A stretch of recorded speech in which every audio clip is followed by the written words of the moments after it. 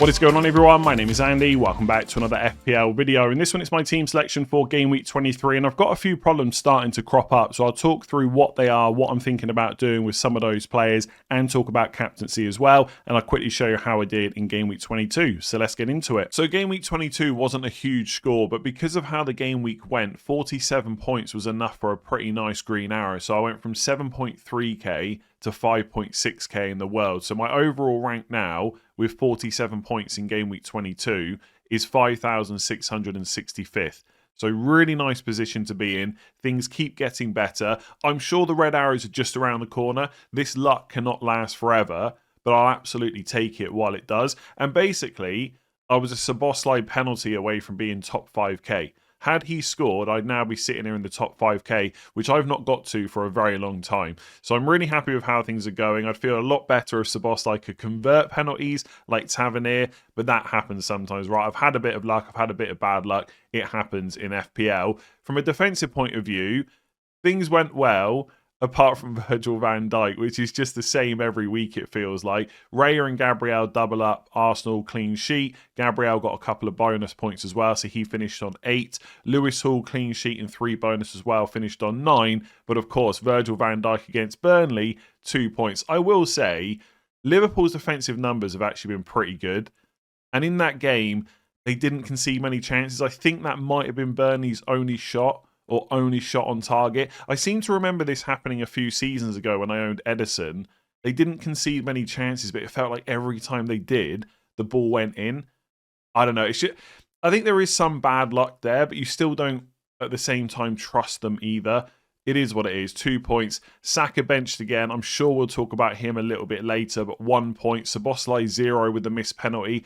The nice thing was, apart from the defence, my 2 transfers this week both returned. So I did Paquetá to Tavernier. I had to do that because the Paquetá worries about starts because of the transfer and stuff in January were just too much. So I had to get rid of him. Tavernier comes in, scores the penalty. Unfortunately, picked up an injury as well. So he's probably going to miss a couple of game weeks. But it's nice to actually get the 8 points from him. And then we got a leak quite late on the deadline stream from Facebook, of all places, that Cunha wasn't starting for Man United. And I wasn't sure if it was completely legit, but I knew that Cunha probably wasn't a long-term hold anyway. I'd already considered maybe selling him to Enzo. So the fact there was a chance he might not start meant that I had to make the move. I know Cunha came off the bench and did okay, but to get Enzo in ahead of Chelsea's good fixtures and to get a 6-pointer, even though he was a bit fortunate with the assist, happy days. Foden 1-pointer, Haaland blank, Thiago blank. But overall, I mean, a week where you got 47 points and a pretty nice green, you've got to take that and just hope that things can get better in 23. So things going well so far. Will that continue? There's some big decisions to be made this week and next. Let's talk about it. So going into Game Week 23, I've got 2 free transfers and 2 million in the bank. So there is a little bit of money to play with there. As it stands, I'm set up with a back 4. I was originally intending to play a back 3, but because of the Tavernier injury, I had to put Virgil van Dijk in the 11. I'm not sure if I would have actually benched him, but my thought was that I won't play Tavernier against Van Dijk unless I absolutely have to. But obviously Tavernier's injury meant that I've had to put someone else into the 11 because I'm expecting Tavernier to be missing for Game Week 23. With Raya and Gabriel, I probably don't need to speak about them too much. Double Arsenal defence looks great. Gabriel, one of the best picks in the game. I know people aren't massive fans of Raya, but I'm not going to spend transfers switching my goalkeepers around at the moment. I would prefer to have Gabriel and Timber, but it's not a priority. If I have to go for the next few weeks with double Arsenal defence already in place with the 2 I've got, that's more than fine. And with Arsenal finishing guaranteed top 2, in the Champions League, they do have a free midweek in Game Week 26 for a double.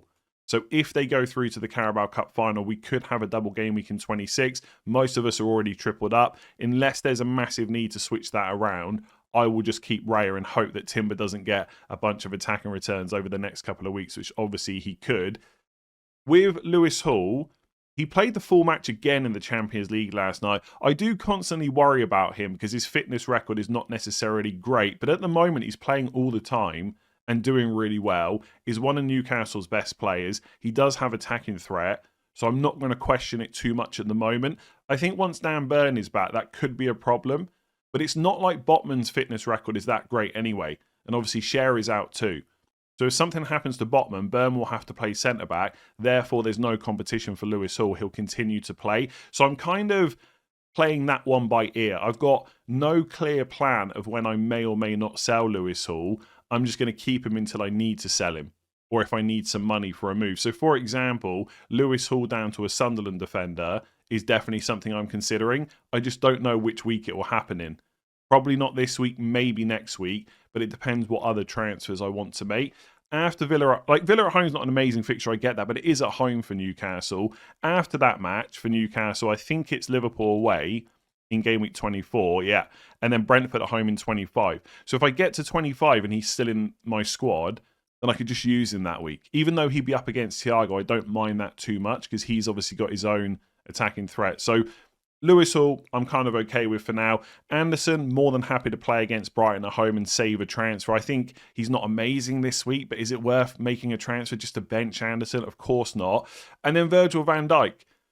Look, I feel like I'm just repeating myself. I'm fully aware that his value has not been great.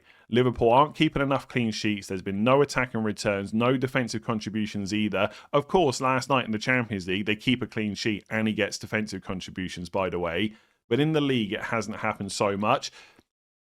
The thing for me is game week 24 is very important. It's not that we should just write off game week 23, but I don't think there's a huge amount of good players to bring in this week that are great this week and also longer term. Like, if I look at the defenders who are probably better than Van Dijk this week, one would be Tarkowski, for example, against Leeds at home. Is that worth a transfer? Do I really want Tarkowski over Van Dijk that much for the next kind of 6 weeks? Not really. I've already got a Newcastle defender. I'm already tripled up on Arsenal. You know, Brentford versus Forest at home, Nathan Collins is great, but the 3 fixtures after this week are not so good. I'm not going to bring in a Man City defender right now. Even if I thought Gay was absolutely nailed, which he may well be, the fixtures after Wolves are not that great. So it's that same conversation. Yes, Van Dijk is not perfect, and you could even say he's not a great pick. I will agree with you. But this week, is it okay to play him against Bournemouth away rather than use a transfer? Absolutely.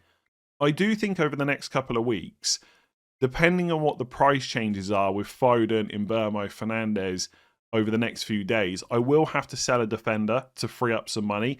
It may well be Van Dijk, but it could be Lewis Hall instead. And the only reason I would keep Van Dijk over Hall is because I don't have any worries about his fitness record. I know he's going to start every single game no matter what. And although we haven't seen it so far, there is some goal threat there. And also, Liverpool's longer term. I know. I feel like honestly, I could have just edited this video to take this section from another video because I'm just saying exactly the same nonsense. Longer term, guess what? Liverpool's fixtures aren't that bad. Sunderland away, Forest away, West Ham at home, Wolves away, Spurs at home between 26 and 30. I'm just not going to worry about him. I don't think he's great, but apart from Gabriel and Timber, which defenders are like must own right now? Maybe Chalobah, but from game week 24. Maybe Munoz, but from game week 26. There's just no need to panic. Like, I'll let everyone else panic about the fact I've got Van Dijk. I just won't bother. And if I have to play him against Newcastle at home, I'll do that. But I suspect, depending on how the transfers go next couple of weeks, I might even be able to bench him for 24 and 25. And then come back to it in game week 26. So, yeah, he's back in the team. Bournemouth have got some problems. Semenyo's gone, Kluivert's injured, Tavernier's injured as well. Maybe, just maybe, Van Dijk will get a clean sheet and defensive contributions. I think he got about 20 defensive contributions in the reverse fixture. You never know. So I suspect a lot of people watching this are feeling the same way that I do right now. Most of our big decisions in FPL at the moment all seem to centre around the midfield. Lots of players you want to bring in, maybe lots of players you want to take out. And along with that, there's also some minutes risk been thrown in as well. So lots of big decisions to be made. Let's start with the easy players first of all. So Tavernier currently flagged. We don't yet have an update from Iriola about how long he may or may not be out for, but I'm expecting him to miss a couple of games minimum. Now, if Iriola says he's only going to miss 1 or 2 and then be back, I probably will just keep hold of him. Because we've got a penalty-taking attacker for Bournemouth with really good long-term fixtures. Like this week is Liverpool at home, which I was going to play him for, to be fair. Then after that, it's Wolves away, Villa at home, Everton away, West Ham away, Sunderland at home, Brentford at home, Burnley away, Man United at home. It's a really great fixture run, and I am quite likely to wildcard in game week 32. So it's almost perfect that he has loads of good fixtures up until 31, which will be a blank game week. Then after that, the fixtures get a little bit tougher. It's Arsenal away 32, Newcastle away 33. So if he's back in a couple of game weeks, I probably will keep him. If he's ruled out for 3 to 4 game weeks minimum, then I will sell him. It just probably won't be this week. Because essentially, if I get rid of him this week, I'm using a transfer to bench Van Dijk, and I just prefer going into next week with as many free transfers as possible. Because I know which players I want to bring in, Bruno Fernandes, and maybe Mbeumo as well. I just don't know how I'm going to fund it. I need to free up a little bit of money. Even though I've got 2 million in the bank, I can do Foden to Bruno, but to do Szoboszlai to Mbeumo, I've got to free up a little bit of money. Now, at the moment, that could be Tavernier to Anderson from Nottingham Forest. But if I do that move this week and then Fernandes goes up, Mbeumo goes up and Foden goes down, I can't afford to buy the Man United players next week. So then I've got to make another move, apart from I've only got 2 free transfers. So I prefer to just put it off till next week. So if Tavernier's ruled out 3 to 4 games, I probably will sell him. I just don't know yet who for. Like, it could be that I sell a defender to free up the money for the other Man United moves, and that frees up more money to sell Tavernier for someone as an upgrade later on. Does that make sense? So Tavernier will depend, and I'll talk a bit more about which transfers I want to make later on. Saka, I don't think there's too much more new stuff I can say about him that I haven't already said this week. So this will be a little bit repetitive. The short summary is, I think he's going to start against Man United at home. Therefore, I don't need to sell him. Simple as that. If he starts against Man United at home, I don't think there's many better midfielders this week specifically. And I know what people are going to say. Declan Rice is right there for less money. Yes, but at this point in time, I don't need the money. Maybe I do next week, and maybe I do Saka to Rice next week, but this week I don't need it. And I know that Rice over the season has scored more points. The funny thing is, since I brought Saka in, he's been benched 3 times and he's outscored Rice. Not by many points, not to the point where it's been worth the money, but he has outscored Rice despite being benched 3 times in the period that I've owned him. So if the minutes can go up soon, which they may well do, there is potential there for even more points from him. So I think he starts against Man United at home. I think he gets benched in the Champions League. I think he starts Leeds away in 24. I'll reassess after that match. Phil Foden, actually, let's just do Enzo first. Enzo stays. That's pretty obvious. I've just brought him in. The fixtures are great, 24 to 27. I still don't know week to week how Rossinha is going to use him, how attacking he will be, but I also don't really care. He's only 6.5 million that I paid for him, and the fixtures are so good. I'll worry about it after game week 27. So as long as he stays fit, the next time I'll even consider selling him will be game week 28. And who knows what I'll do at that point. Foden, Wolves at home.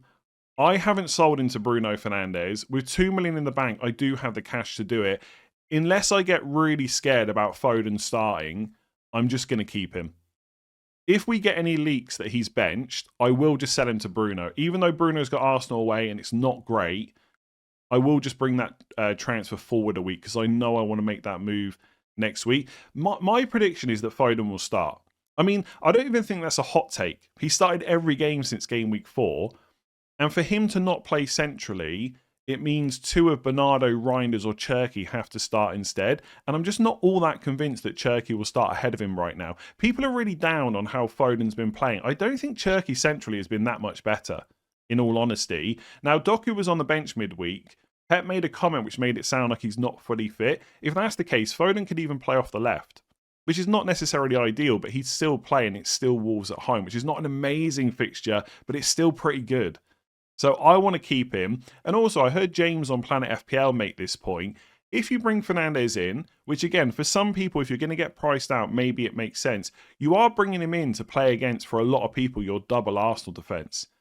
Kind of doesn't make a huge amount of sense. So I want to keep Foden, but I'll probably sell him next week, which is the theme of this video. Szoboszlai, Salah was straight back in the team last night, so we know he will take penalties. Of course, Szoboszlai went and scored a goal. I think he put up about 0.5 expected goal involvement as well. Szoboszlai's a weird one because at the moment, Frimpong's playing pretty well, so he'll continue to play right back. Therefore, Szoboszlai's in midfield. And over previous seasons, he's put up pretty good underlying numbers. Just hasn't happened this year. So there's still part of me that thinks for the money he cost, about 6.5 or 6.6 million, he could still be okay because long-term Liverpool's fixtures are good. But I'm kind of also just a little bit sick of him. So I need to free up some spots in midfield for other moves. So I think he will go, but I'll give it one more week. I don't mind playing him against Bournemouth away. I'm not so desperate that I've got to sell him this week. So basically, for my midfield, let's just assume that Szoboszlai and Foden go for Fernandes. Now, I could do next week. This is why I want to put it off a week, just to get the decision correct. I could do Bruno Fernandes for Szoboszlai and then Rodgers for Foden. And that would let me get Fernandes in 2 moves. I don't mind Rodgers as a pick. I think he's pretty good. But loads of people own him. And I know people are going to buy Mbeumo, but not at the same rate that they own Rodgers. So I'm very tempted to get Mbeumo instead. I mentioned this even before Man United played against Man City, but I've got to free up 0.1 million. Now, I could deal with Tavernier and get Anderson, but I'm not going to do that this week because it's going to cost me a -4. It makes no sense to take a -4 to bring in 2 Man United attackers before they play Arsenal away. No sense whatsoever. I don't care about price changes. There'll be a different route if I get priced out. So that's my current intention. If Mbeumo and Fernandes both go up, or Fernandes goes up and Foden goes down, I can't afford to do that. Alternative would be to buy Lefebvre from Sunderland. I've got 0.5 spare on that. I'm not going to lose that by game week 24. So he's an option. In game week 24, he's got Burnley at home. And then the intention would be to bench him for Arsenal away, Liverpool at home, then maybe use him in game week 27. So basically, I'd bring in Lefebvre, play him for 24, and then after that, probably play a 4-4-2 most weeks. So that's one option. Or, and I think this is probably the better option, is to free up money from defence, either by selling Van Dijk or Lewis Hall. Now, I will probably sell Lewis Hall just because I think I'm a lot less convinced about his minutes long term. But that's, again, a decision that can be made next week. And it might even be that I bring in a cheap defender like Reinildo. That frees up 1.3 million. So not only do I have Reinildo for Burnley at home in 24 and then can just bench him, because essentially he's going to be my 5th defender at that point, I've got Bruno and Mbeumo, and in game week 25 onwards, because I won't have any more free transfers, because I'm going to have 3 free transfers next week. So Reinildo, Fernandes, and Mbeumo. I've then got 6.8 million to sell Tavernier. And actually, now I think about it, hang on, let me just reset this. It's funny what you think. Yeah, okay, so Szoboszlai 6.6. So in theory, next week, I could do Lewis Hall to Reinildo, Foden to Fernandes, and then Tavernier to Mbeumo. Now, the money's a bit tighter on that move, so I might get priced out by the time it comes around. But in theory, I could do that instead and keep Szoboszlai. Now, I know what you're thinking. Why would you want to keep Szoboszlai? He's not very good. But, I mean, he's better than an injured Tavernier. I can always sell Szoboszlai later on. So maybe that's an option. Either way, I think the 3 midfielders I'm looking at next week are Fernandes. I mean, Fernandes is a definite, right? He's coming in regardless. Mbeumo or Rodgers, essentially, as it stands. I quite like Njai. I'd really have to buy him this week for the Leeds at home fixture. I quite like Sarr, but let's see what happens with Crystal Palace. I don't think there's anyone else, really. I mean, Cole Palmer is the other player to quickly talk about. He wasn't in the squad last night. Apparently, he had another small injury. They didn't want to risk it. It was just a precaution. It's not tied to the groin problem that he's had. I just don't think I'm going to go there. I do think he'll probably start 3, if not 4, of the fixtures between 24 and 27. But it makes it a lot more difficult for my transfers to get him in. I'd probably have to sell Saka, which I don't really want to do right now. And then I've got to sell him again probably after 27 because I'm never going to trust that fitness at the moment. And the fixtures get worse. So I'm probably just going to go without him and hope for the best. My thinking on Palmer, because although ownership shouldn't matter, it does cross your mind. My thinking is most people won't buy him in game week 24 unless they're wildcarding or if he does really well this week. So if he gets a brace against Palace away, I think more people will bring him in. But as it stands, I think the plan will be to not get him. So let's say he smashes it in game week 24 and everyone panics and brings him in. I probably won't panic quite so much because then I know one of the good fixtures is gone. So if people buy him in 25, they've only got 3 good fixtures left. And the Wolves to Leeds turnaround is only like 3 days. And he keeps missing midweek fixtures at the moment. So there is a chance it happens in the league. So I think I'm going to go without Palmer and conserve some transfers instead. I'm not going to wildcard in 24 unless things go really, really, really badly, like 8 of my players get injured, maybe 7. So I need to be careful with how I use my transfers. That's why I'm so keen to roll this week to get the decisions correct next week and then keep rolling up until the blank in 31 as much as possible. And by the way, I might show you later on, but I think with the way my team is set up, I can cover most of the fixtures up until 31 quite nicely. So I'm going to be able to roll and deal with problems as they come up, in theory, and then just wildcard in 32. That's the current plan. And then up front, it's Thiago against Forest at home and Haaland against Wolves at home, with Mark Guiu last on my bench as always. Thiago just going absolutely nowhere. It's obviously a good fixture this week. The 3 fixtures afterwards are not so good, but I just cannot see any reason to sell him. Most other forwards are just rubbish, or they're more expensive and probably not worth the money. He's nailed on, the minutes are great, he's on penalties, it's everything I want in an FPL pick, and also Brentford are just not bad. They will cause teams problems. He probably should have got an attack and return against Chelsea last week. There have been times over the last few weeks where I've been looking at future moves and stuff like that and considered doing like Thiago to Mane or Krupi Jr. to put money in midfield. But honestly, what do I need that money for right now? The reason to have done that was to keep Saka and get Palmer. At this point, neither of those players are anywhere near essential. So Thiago just stays. And also the nice thing, or the thing that makes it easier about keeping him through the more difficult fixtures, is how good the fixtures are afterwards. I don't even mind playing him against Villa away and Newcastle away, to be honest. The only one I'm really worried about is Arsenal, and that's at home anyway.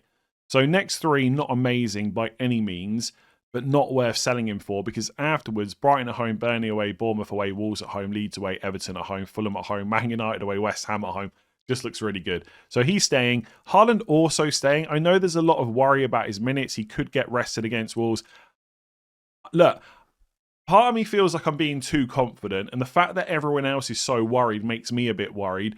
I'd put Haaland's chances of starting against Wolves at like 95%. I think the chances of Marmoush starting are just so slim. He wasn't really being used before African Cup of Nations, and I know he had an injury, but post Game Week 3, he was available for 14 matches for Man City, and he didn't start a single...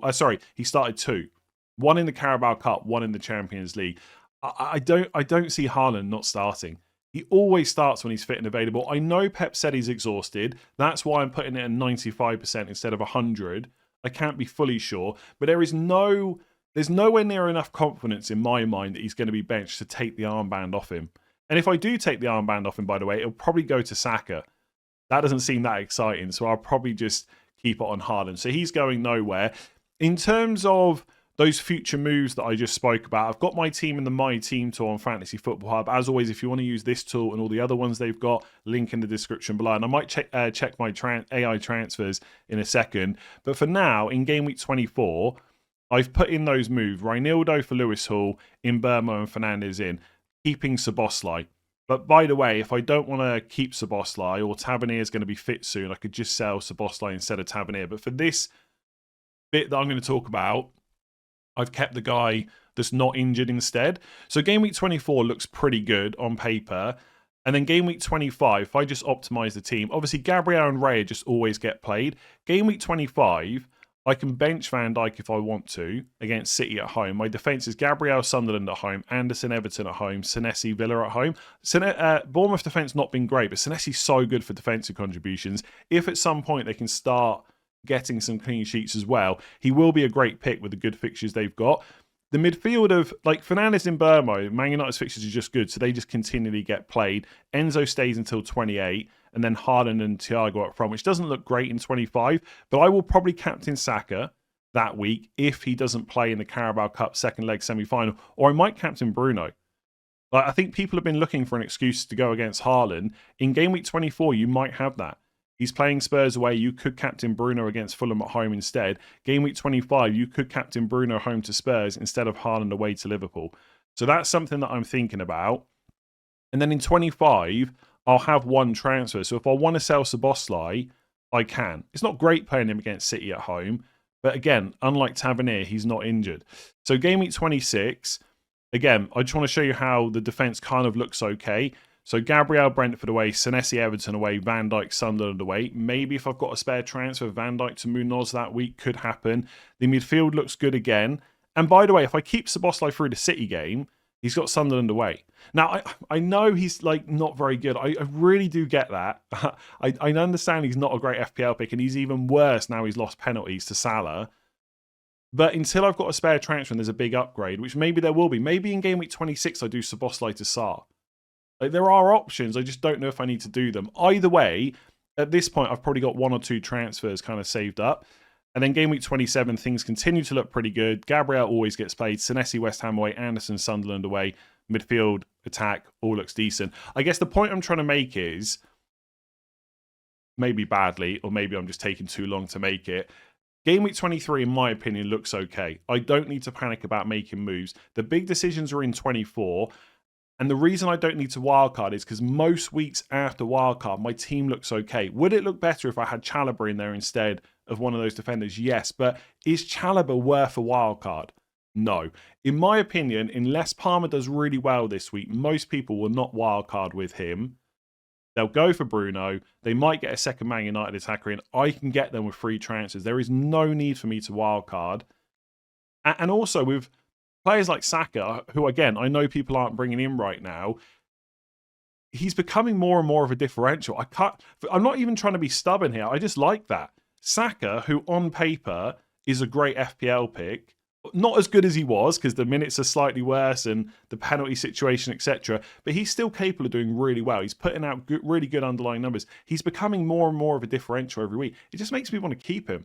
And if I've got the minutes correct, that he starts this week and 24, getting him as a differential against Man United at home, Leeds away, that's fine. I know Rice is a great pick, but for now I don't need him. So let's see what happens. Like Game Week 26 could be a double. I might get an Arsenal injury, then I've got to deal with that straight away. There's reasons to roll transfers. This week is one of them. I'm probably going to play 4-4-2. By the way, if I get one more injury, like let's say Eddie Howe rules out Lewis Hall or whatever it might be, I will have to make a transfer this week. I don't quite know what I would do.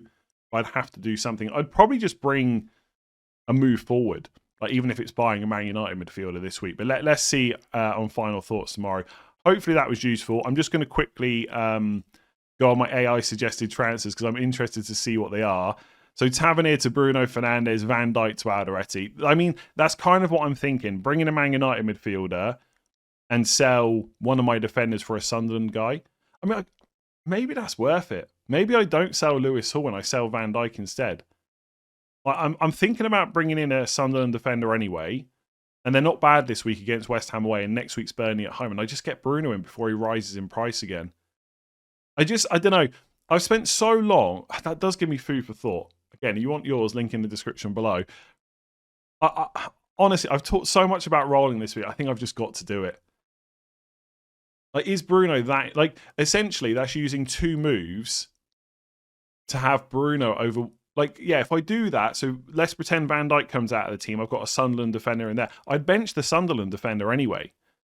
So essentially, it's using 2 transfers to get Bruno in ahead of Van Dijk. Is Bruno better than Van Dijk this week? Yes. Is it worth 2 free transfers ahead of a really big week next week? I don't think so. But it is worth looking at something like that to give you some food for thought. But I'm gonna roll.